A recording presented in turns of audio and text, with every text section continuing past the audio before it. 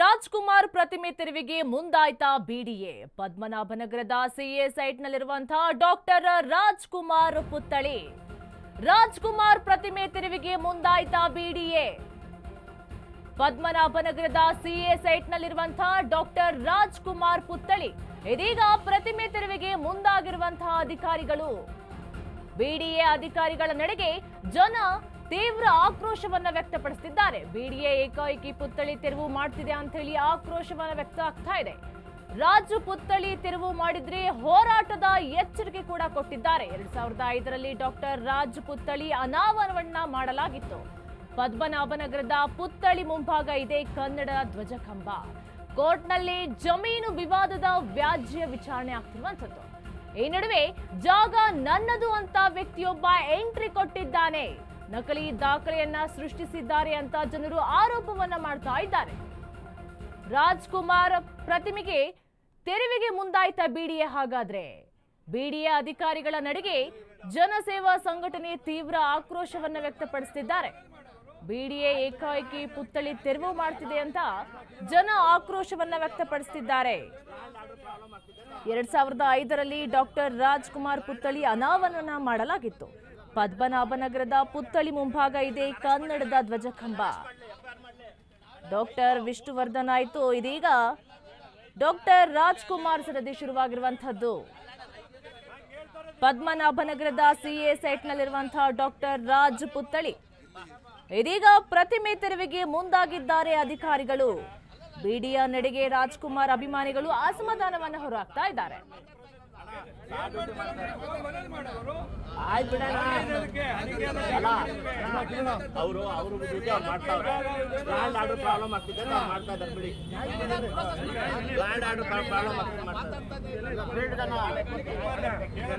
Arrest ಮಾಡ್ಲಿ ಅಣ್ಣ, ನಾನು ಅರೆಸ್ಟ್ ಮಾಡ್ಲಿ, FIR ಮಾಡ್ಲಿ ಅಣ್ಣ. ರೈತರು 3,000 ಕೊಟ್ಟಿರೋದು ಜಮೀನು ಅವ್ರಿಗೆ. ಅಲ್ಲೇ ಅಲ್ಲೇ ವಿಚಾರಗಳು ಬೇರೆ ಹೇಳ್ತಾರೆ. ಇಲ್ಲಿ ಮಾಡೋದಕ್ಕೆ ಪ್ರಾವಿಷನ್ ಕೇಳ್ತಾರೆ. ಒಂದೇ ಮಾತು ನೀವೆಲ್ಲ ಕೇಳಕ್ ಬಿಡ್ಬೇಡ. ಈ ಪ್ರೊಸೀಜರ್ ಪ್ರಕಾರ ಫಾಲೋ ಮಾಡಿ.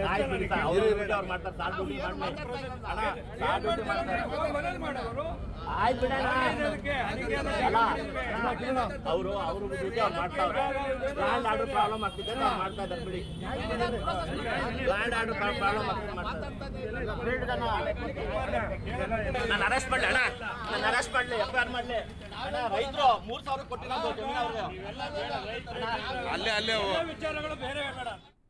ಇದರ ಬಗ್ಗೆ ಹೆಚ್ಚಿನ ಮಾಹಿತಿ ಕೊಡ್ತಾರೆ ನಮ್ಮ ಪ್ರತಿನಿಧಿ ಮಹೇಶ್.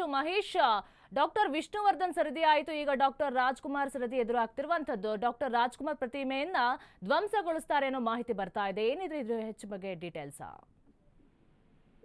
ಎಷ್ಟು ನಿರೀಕ್ಷೆ ಈಗಾಗಲೇ ನೋಡ್ಬೋದು. ಎಲ್ಲ ಒಂದ್ ಕಡೆ ಈ ಕಾಂಗ್ರೆಸ್ ಸರ್ಕಾರ ಬಂದಾಗಿಂದನೂ ಕೂಡ ಕರ್ನಾಟಕಕ್ಕೆ, ಅದರಲ್ಲೂ ಕನ್ನಡಿಗರಿಗೆ ಸರಿಯಾದ ರೀತಿಯಲ್ಲಿ ಒಂದು ಸ್ಥಾನಮಾನ ಸಿಗ್ತಾನ ಅನ್ನೋ ಒಂದು ಕೂಗು ಕೇಳಿ ಬರ್ತಾನೆ ಇರುವಂತದ್ದು. ಪ್ರಮುಖವಾಗಿ ಹಿಂದೆನೂ ನೋಡ್ಬೋದು, ಏನು ಒಂದು ಉತ್ತರೇಡಿಯಲ್ಲಿ ಏನು ಒಂದು ವಿಷ್ಣುವರ್ಧನ್ ಸಮಾಧಿ ಮಾಡಿದ್ರು, ಸಮಾಧಿನೂ ಕೂಡ ಒಂದು ರೀತಿಯಲ್ಲಿ ನೆಲಸಮ ಮಾಡಿರುವಂತದ್ದು. ಈಗ ಎಲ್ಲೋ ಒಂದ್ ಕಡೆ ರಾಜ್ಕುಮಾರ್ ಕಟ್ಟೆ ಅಂತ ಇದೆ, ರಾಜ್ ಕಟ್ಟೆ ಅಂತ ಇದೆ ಪದ್ಮನಾಭನಗರದಲ್ಲಿ. ಕಳೆದ 2005ರಿಂದನೂ ಕೂಡ, ಆದ್ರೆ 20 ವರ್ಷದಿಂದ ಕೂಡ ರಾಜ್ಕಟ್ಟೆ ಇರುವಂತದ್ದು.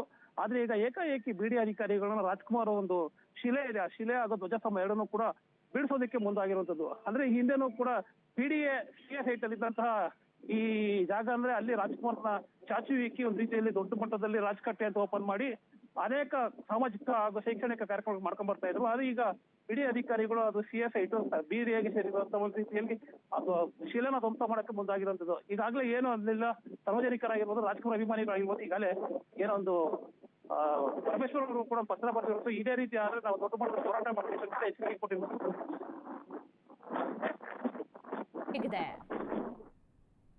ಥ್ಯಾಂಕ್ ಯು ಮಹೇಶ್, ನಿಮ್ಮೆಲ್ಲ ಮಾಹಿತಿಗಾಗಿ.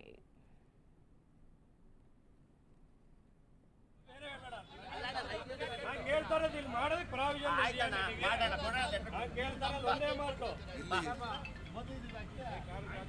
ನೀವೆಲ್ಲ ಕೇಳಕ್ ಬಿಡ್ಬೇಡ. ಈ ಪ್ರೊಸೀಜರ್ ಪ್ರಕಾರ ಫಾಲೋ ಮಾಡಿ.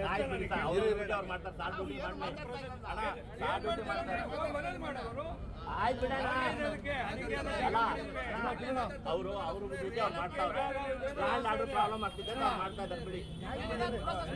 ಲ್ಯಾಂಡ್ ಆರ್ಡರ್ ಪ್ರಾಬ್ಲಮ್ ನಾನು ಅರೆಸ್ಟ್ ಮಾಡ್ಲಿ ಅಣ್ಣ, ನಾನು ಅರೆಸ್ಟ್ ಮಾಡ್ಲಿ, FIR ಮಾಡ್ಲಿ.